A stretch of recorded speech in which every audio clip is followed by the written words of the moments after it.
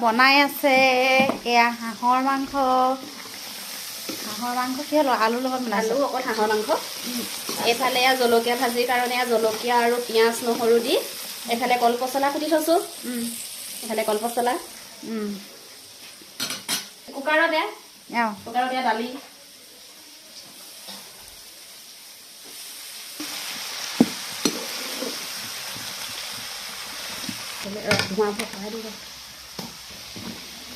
এইফালে শাক হৈছেগৈ আৰু